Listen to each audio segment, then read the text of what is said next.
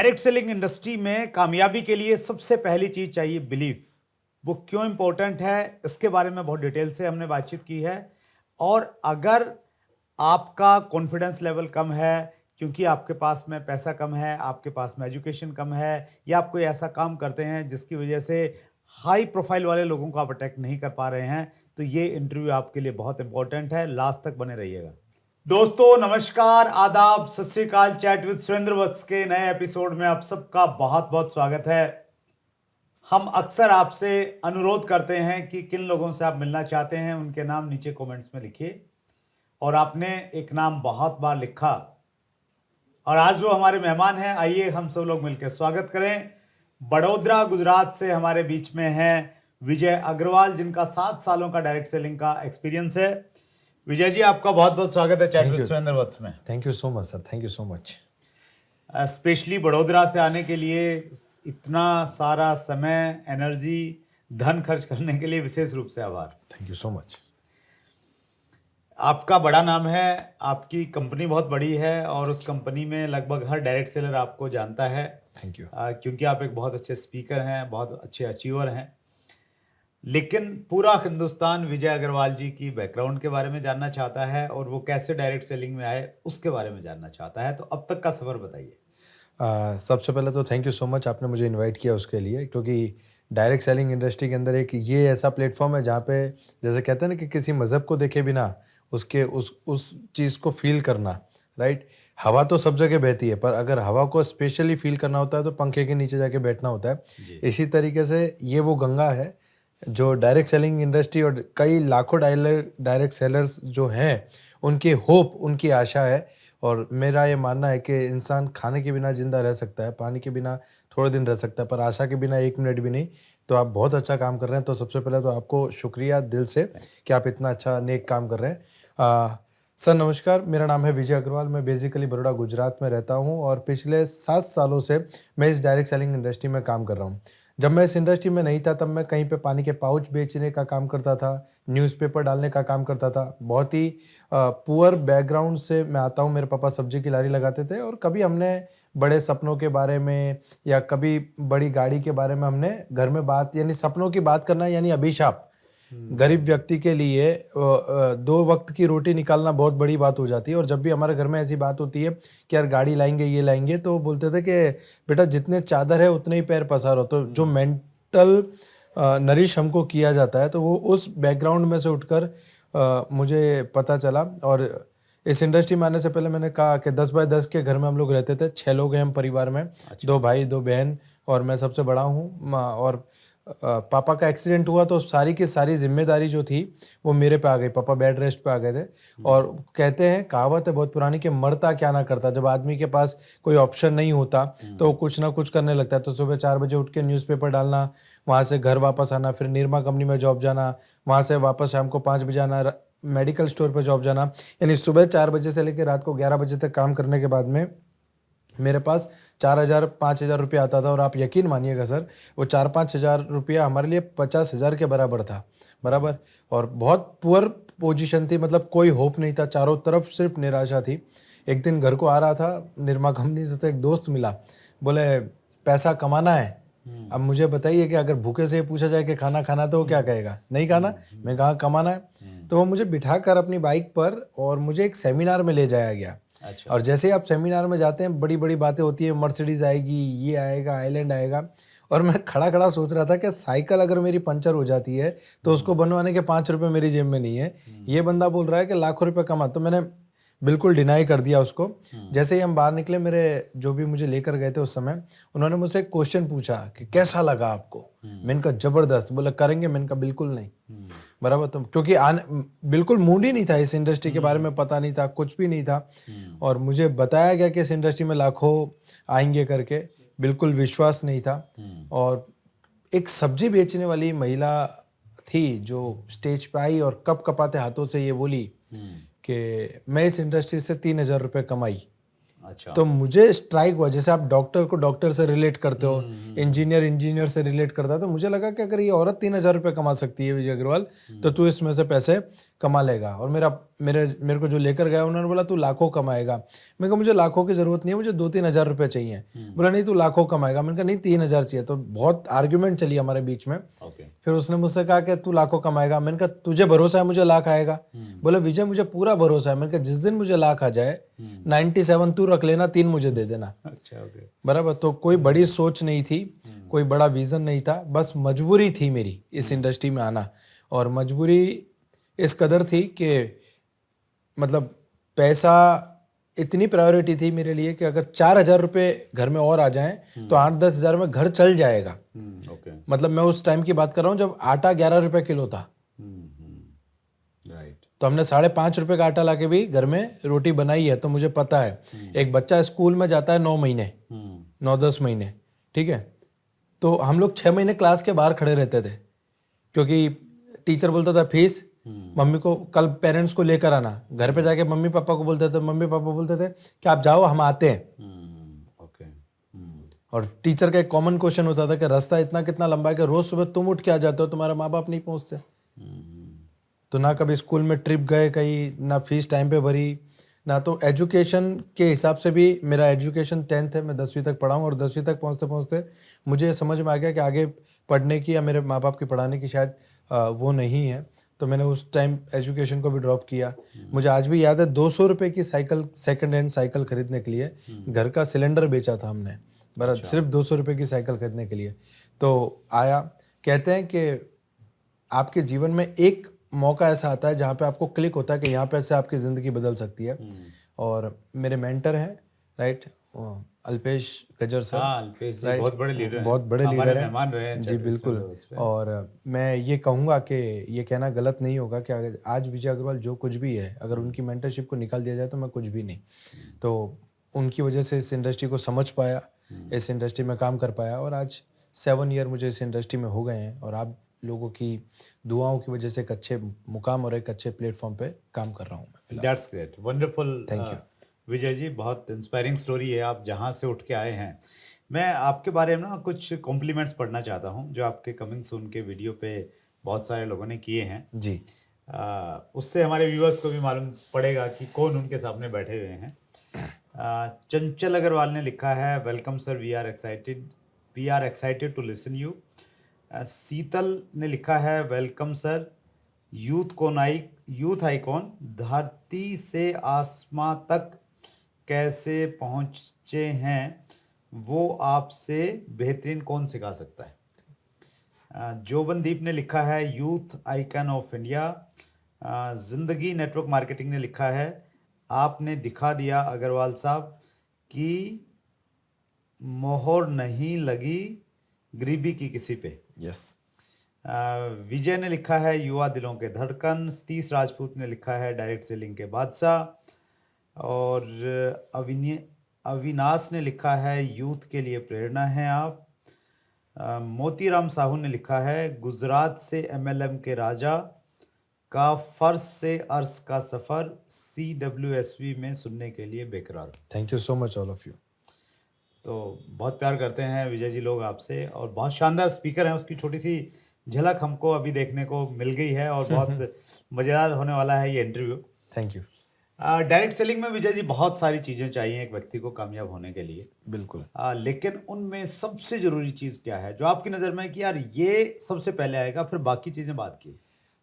Sir आपने बिल्कुल सही कही कि जैसे कहते हैं कि खाना बनाने के लिए बहुत सारे मसालों की ज़रूरत पड़ती है, पर मेरा ये मानना है कि डायरेक्ट सेलिंग इंडस्ट्री में ये मेरा फर्म बिलीफ है कि डायरेक्ट सेलिंग इंडस्ट्री में एक व्यक्ति को सफल होने के लिए जो सबसे पहली चीज़ चाहिए वो चाहिए बिलीफ सिस्टम।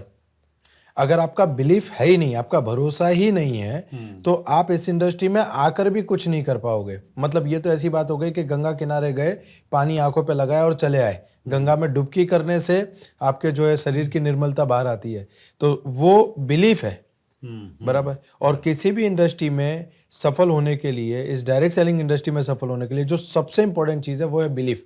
अगर आपका बिलीफ नहीं है तो आप कुछ नहीं कर सकते। बिलीव किस चीज़ पे होना चाहिए? सबसे पहले अपने आप पे।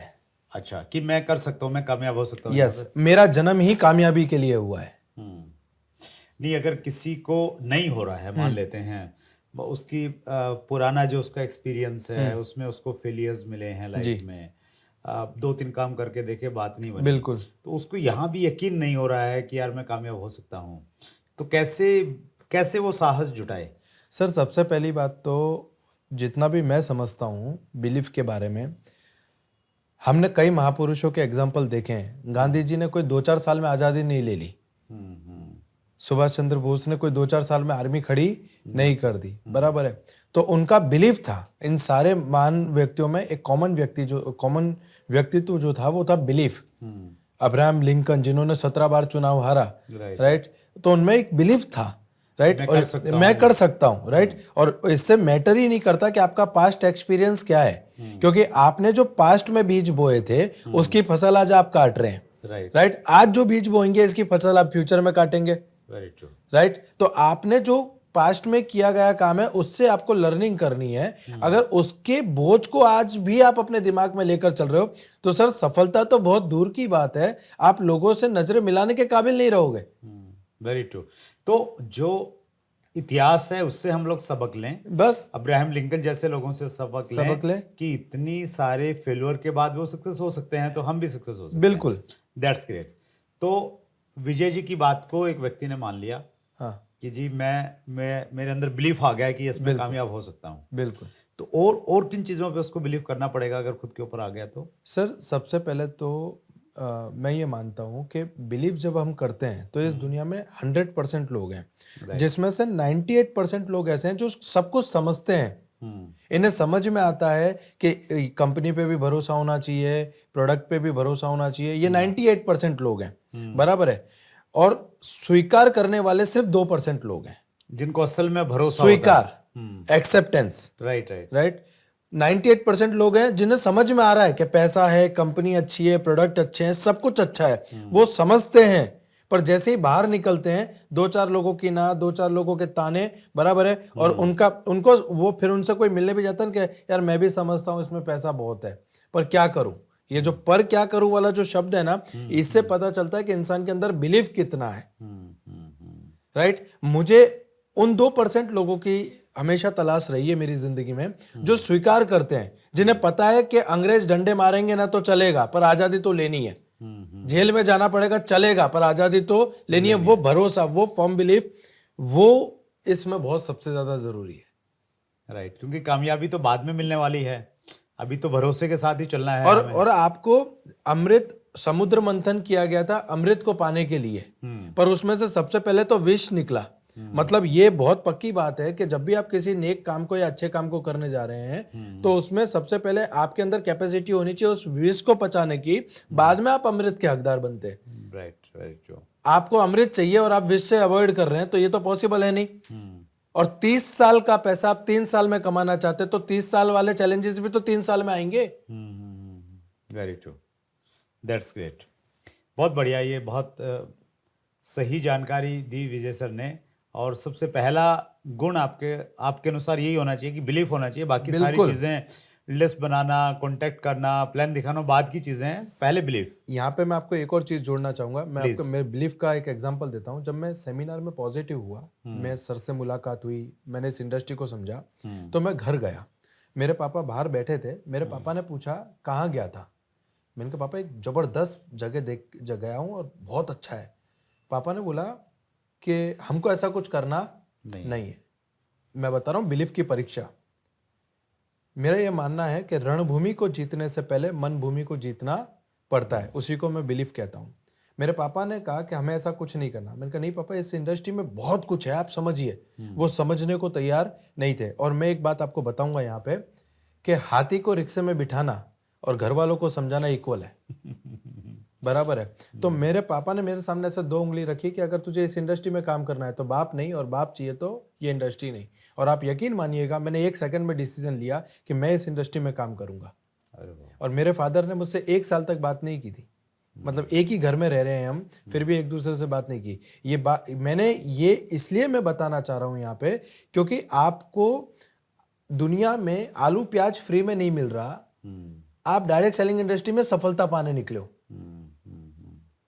तो कीमत तो आपको चुकानी पड़ेगी, और वो कीमत है आपका belief system. That's great, wonderful. ये बहुत अच्छी लर्निंग है आपकी स्टोरी से आ, विजय जी, कि अगर आपका भरोसा, देखिए बहुत बार क्या रहता है कि हमारे पेरेंट्स को, घर वालों को ने वो चीज़ नहीं देखी है जो हमने देखी है, जो हम देख के आए हैं। बिल्कुल। तो ये उसी प्रकार की चीज़ हो गई कि जैसे हम किसी आइलैंड पे चले जाएं और वहाँ पे हम एक 20 फुट का आदमी देखें और हम आगे के लोगों को बोलें कि यार एक 20 फीट का आदमी देख के आऊँ, तो लोगों को यकीन नहीं होता है। लेकिन हम देख के आए हैं, तो अगर हम मान लें और फिर उन लोगों को वहाँ पे ले जाके दिखा दें तो शायद उनको भी यकीन हो जाएगा। बिल्कुल, तो वैसा ही बिल्कुल, हमें डायरेक्ट सेलिंग में करना पड़ेगा, बिल्कुल। उनको दिखाना पड़ेगा कि भैया ये सब कुछ दुनिया होता है। चमत्कार को नमस्कार करती है सर। हाँ, वो दिखाना पड़ेगा चमत्कार बिल्कुल। उसको। That's great. व्यूवर्स के बहुत सारे प्रश्न हैं विजय जी। जी। एक प्रश्न मैं लेना चाहता हूँ जो इस समय बहुत ज़रूरी प्रश्न है। इस समय बहुत सारे लोग MLM में क्रिप्टो करेंसी को प्रोडक्ट के रूप में लेके आ रहे हैं, बिल्कुल। और चूंकि वो है ही पूरा का पूरा मनी सर्कुलेशन टाइप जी, की चीज़ें हैं, जी, इनकम आती है, लोग दिखाते हैं कि 2 महीने में 2 लाख रुपए आ गए। बिल्कुल। आप कहाँ डायरेक्ट सेलिंग में लगे हुए हो, 2 साल से आपको कुछ मिल नहीं रहा है, एग्री। और कुछ लोग उनसे भ्रमित भी हो जाते हैं, बिल्कुल। कंफ्यूज हो जाते हैं, क्या करूं नहीं करूं। तो ऐसी स्थिति में व्यक्ति को क्या करना चाहिए? और मेन प्रश्न ये है कि आपके अनुसार क्या MLM का क्रिप्टो प्रोडक्ट हो सकता है? सर मेरा मानना ये है कि माँ बनने का प्रोसेस जो है, चाहे वो भारत की महिला हो या अफगानिस्तान की या पाकिस्तान की या ऑस्ट्रेलिया की, माँ बनने का कुदरत ने एक समय निर्धारित किया है 9 मंथ का। राइट।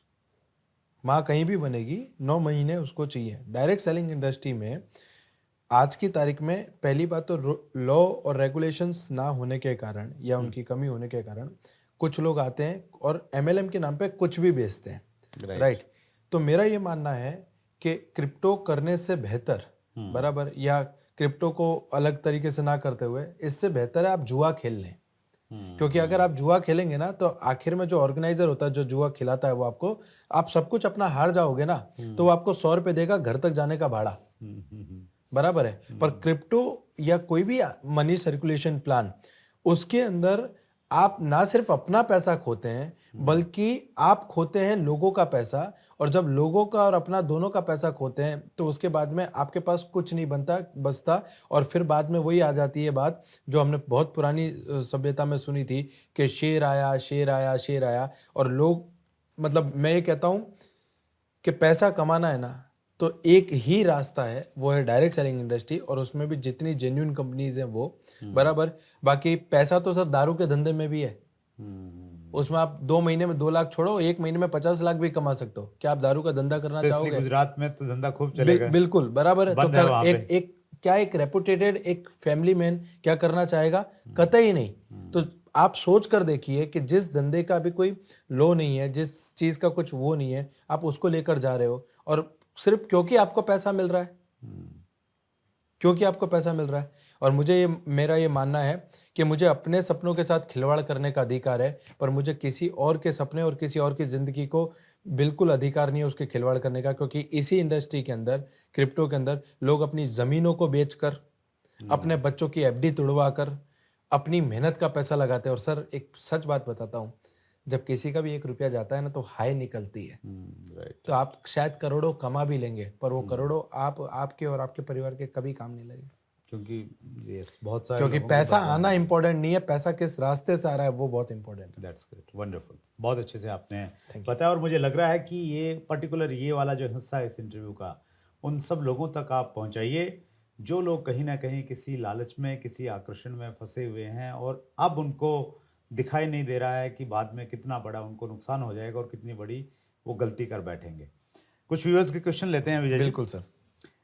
पवन गुगरी का प्रश्न है, हाई प्रोफाइल वाले लोगों का इम्प्रेशन तो जल्दी जम जाता है, लेकिन लो प्रोफाइल वाले या डेली वेज पे काम करने वाले, मजदूरी करने वाले लोग डायरेक्ट सेलिंग को पार्ट टाइम शुरू करते हैं, तो उनका प्रोफेशन देख के लोग उनके बारे में अंदाज़ा लगा लेते हैं और उनकी बात को अच्छे से सुनते नहीं हैं, उनके साथ काम नहीं करना चाहते हैं। तो वो कैसे लोगों के ऑब्जेक्शंस को हैंडल करें? सर यहाँ पे मैं 2 चीज़, इस प्रश्न का उत्तर मैं 2 पार्ट में देना चाहूँगा। प्लीज। सबसे पहले तो मेरा ये मानना है कि आप अमीर हैं या गरीब हैं या मजदूर हैं ये जब तक आप नहीं बता रहे सामने वाले को कैसे पता चलेगा, राइट? तो आपको जब भी मैं ये मानता हूं कि जब मैं किसी व्यक्ति के पास जा रहा हूं बिजनेस के लिए, तो मेरी बॉडी लैंग्वेज, मेरा टेक्सचर, मेरा पोस्चर, मेरे हेयर, मेरे बोलने की स्टाइल, मेरी बैठने की स्टाइल, राइट? क्योंकि हम ये कहते हैं कि नेटवर्क मार्केटिंग में पैसा बाय प्रोडक्ट है। आप ये मत देखिए कि विजय अग्रवाल आज कितना पैसा कमा रहा है, आप ये देखिए कि एक पानी के पाउच बेचने वाले को इस इंडस्ट्री ने 7 साल में क्या बना दिया, राइट? तो इंपॉर्टेंट है आपकी वेशभूषा।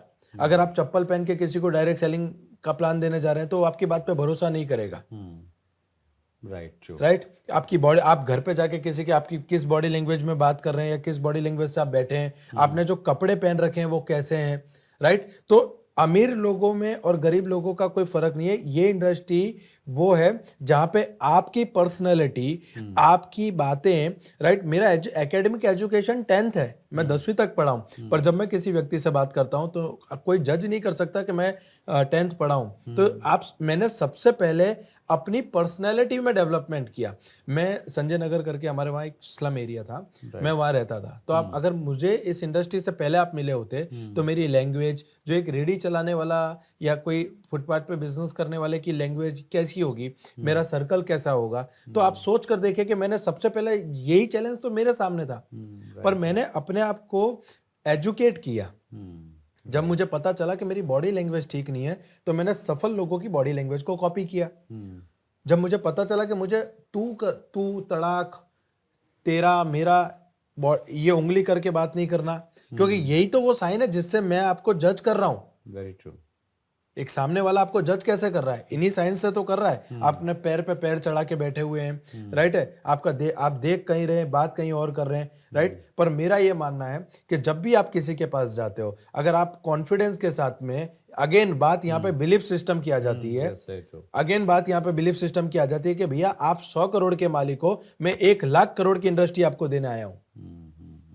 तो जब मैं आपकी आंखों में आंखें डाल के मेरी इंडस्ट्री के बारे में, राइट, आपको सही चीज प्रेजेंट करूंगा, मैं आपको सच बता रहा हूं सर, आपका बैकग्राउंड कभी मैटर नहीं करेगा। दैट्स ग्रेट, वंडरफुल, बहुत बढ़िया। कभी और आप मैटर नहीं इसके करेगा। परफेक्ट एग्जांपल हैं Yes. जहां से आप निकल के यहाँ तक आए बिल्कुल। हैं। दूसरी बात इसमें मैं please. जो कहना चाहूंगा कि लोग, जब मैं ये कहता हूँ कि भैया मैं पानी के पाउच बेचता था, पानी पूरी की लारी लगाता था, तो लोग क्या करते हैं, पानी पूरी वाले को, सर ये भी पानी पूरी की लारी लगाते हैं।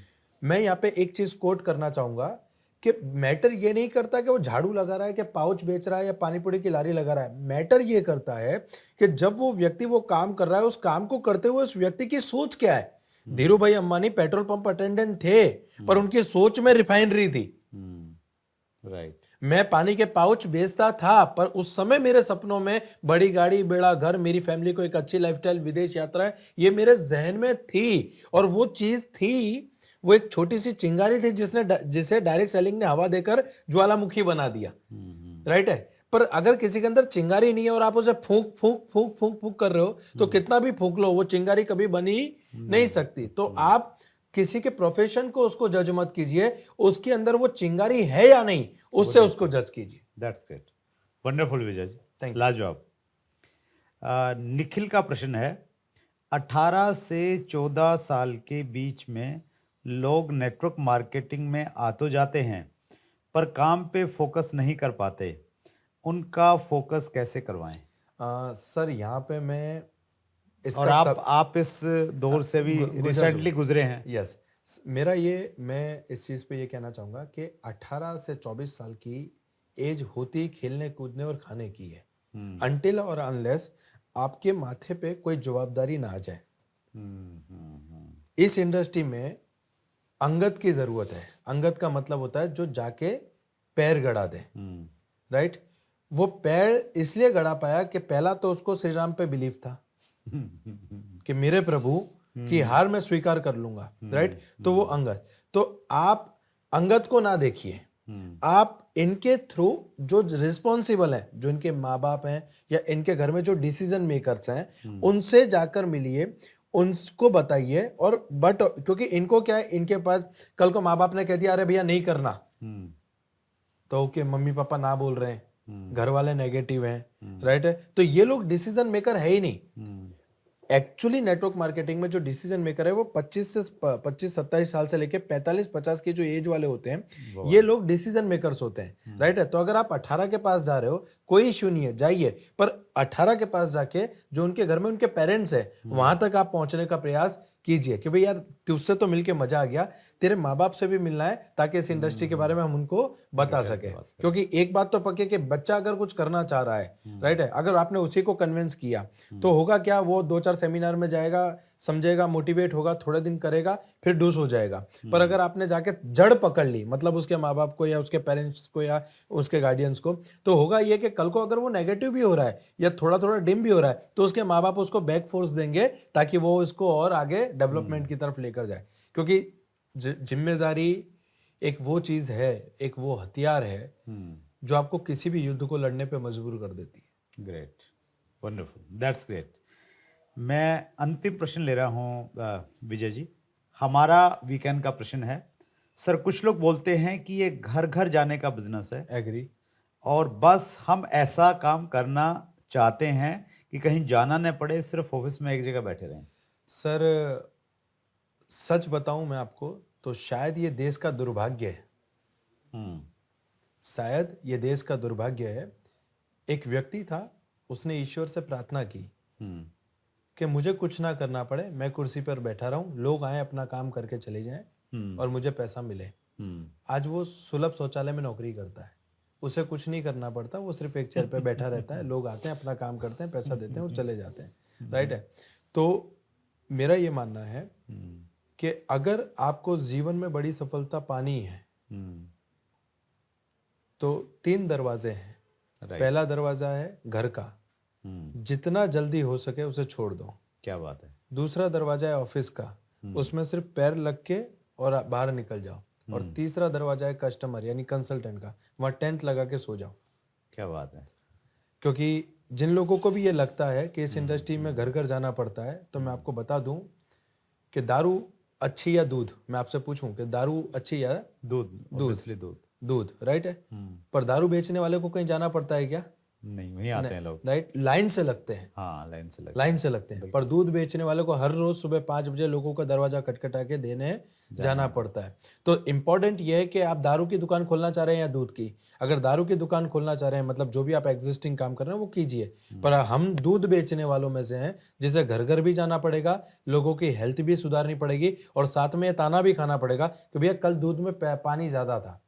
पर आपका ये काम कितने लोगों की दुआएं आपको देगा, राइट, आपको पता नहीं। और यही एक इंडस्ट्री है सर, जहाँ पे रोज सुबह उठ के आप अपने चेक में फिगर भर सकते हो कि इस महीने मुझे 5 लाख चाहिए या 10 लाख।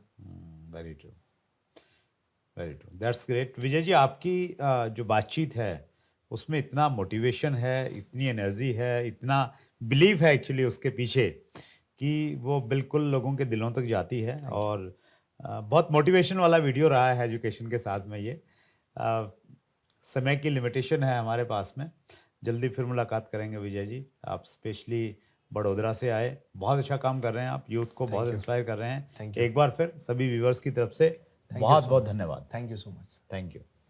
और ये एक छोटी सी भेंट है हमारे व्यूवर्स की तरफ से आपके लिए, प्लीज। Thank you.